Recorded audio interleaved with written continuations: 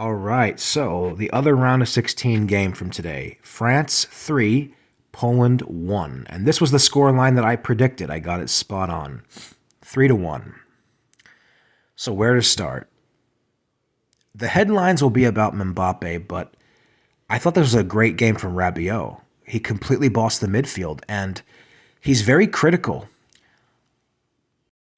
and overall a very intelligent player. You can see him calling out runs, and he moves into space and to create plays really well. I feel like he's come a long way and he's matured as a player ever since that whole drama with his mother and not getting called up for France 4 years ago. I think he has really stepped up to the plate here in this World Cup, and that's I think it's largely due to the absence of Pogba and Conte. It sort of has forced him into like a more responsible, level-headed role on this team. Another player that I have to praise is Griezmann. I think Griezmann for France is basically the same role that Rodrigo de Paul is for Argentina. He's everywhere on the pitch, instrumental for France in the group stages, and he even when he's struggling in his form for his club, he always shows up for the French national side. And then of course Mbappe, we have to talk about the wonder kid and his brace today. Mbappe is as fast as the Flash.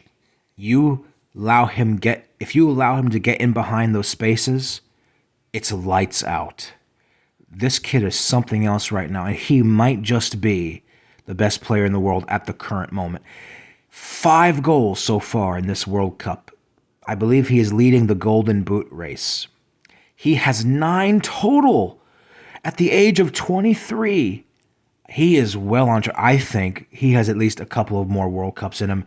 This kid is going to break the all-time leading World Cup goal-scoring record one day that Miroslav Klose has at 16.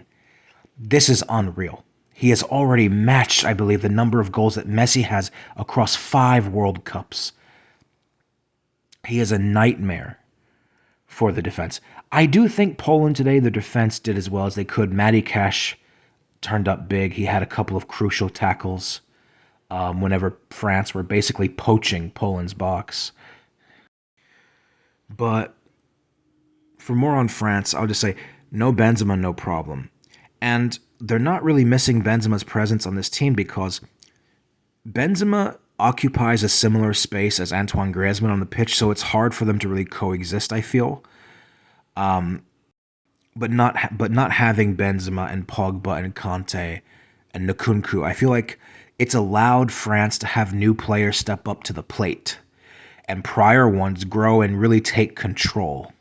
And they look very comfortable controlling the ball, defending whenever they get possession. French fans should be pretty happy with this performance in this World Cup so far, and with this game really, despite the penalty at the end, of course. And Giroud, it really speaks to France's depth that they managed to have Olivier Giroud play such an integral role in this squad. And true, maybe he doesn't get any playing time in this World Cup if guys like Benzema are fit, but it doesn't matter because they've won the World Cup before with Giroud and without Benzema. And they might be on course to do that again. For Poland, I thought the first half for Poland was pretty comfortable, and there was a real opportunity for them to take the lead. And it was a little bit unexpected because I thought that Poland were going to bunker down and approach this the same way they did against Argentina, implement a very anti-football, sitting back strategy. But they basically split possession here with France, and they had some teeth up front going forward. And it was pleasant to see that they took the game to France. The fact that Poland were able to have more possession in this game than they did against Saudi Arabia and Mexico, they were averaging like 36, 37% possession in those games, is quite telling. Because, of course, France are deadly on the transition, no doubts about that. But I think better teams can really hurt them defensively, and maybe you saw very small glimpses of Poland showing some of the cracks there because France are, at the end of the day, are not invincible. And we can praise France so much for this performance, but there are some things to keep an eye on because at times France were very passive without the ball. They were not pressing at all, and they allowed Poland to keep possession and to grow in confidence. And in a similar vein to if Senegal had taken the lead against England, if Poland scores, ooh, you're looking at an entirely different game here, possibly. But again, in the end, the imbalance in quality is just too much, and that goal from Mbappe. Oh my gosh, you can't stop this kid. You can't stop him. You can't. It's going to take something special. The technical quality of France versus every other team in this tournament is really striking because tactically they're not perfect. And there are periods in the game where they can look surprisingly vulnerable, but they do all of the little things with the ball, all the little details. They do all the little things with the ball so much better than anyone else that they can shake off whatever trouble they find themselves in and turn the game back around in their favor. It's quite impressive.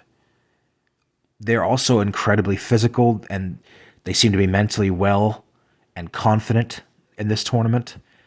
Granted, they have not been pushed yet by a great side. That will change against England. But the only dent in their campaign so far is the fact that they haven't been able to keep a clean sheet. That's something to keep an eye on. France have not been able to keep a clean sheet. I wonder if that is going to be where the real weakness is in that next game against England.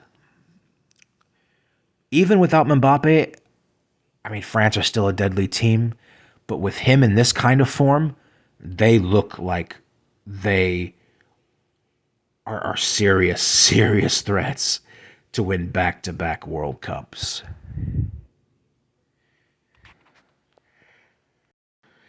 I think that even though Mbappe looked great when he was going down the wings and he bagged a brace in this game, the quiet man of the match has to go to Rabiot. Rabiot, again, I have to sing his praises again. He's so energetic every time he gets plays, and he makes these wonderful passes through the center of the pitch. And he's been making run-ins in the box to act like a second striker whenever Dembele and Mbappe make a run.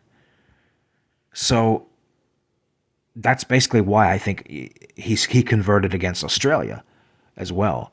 It's an all-around excellent performance from a player who I think has a point to prove, and it's really nice to watch.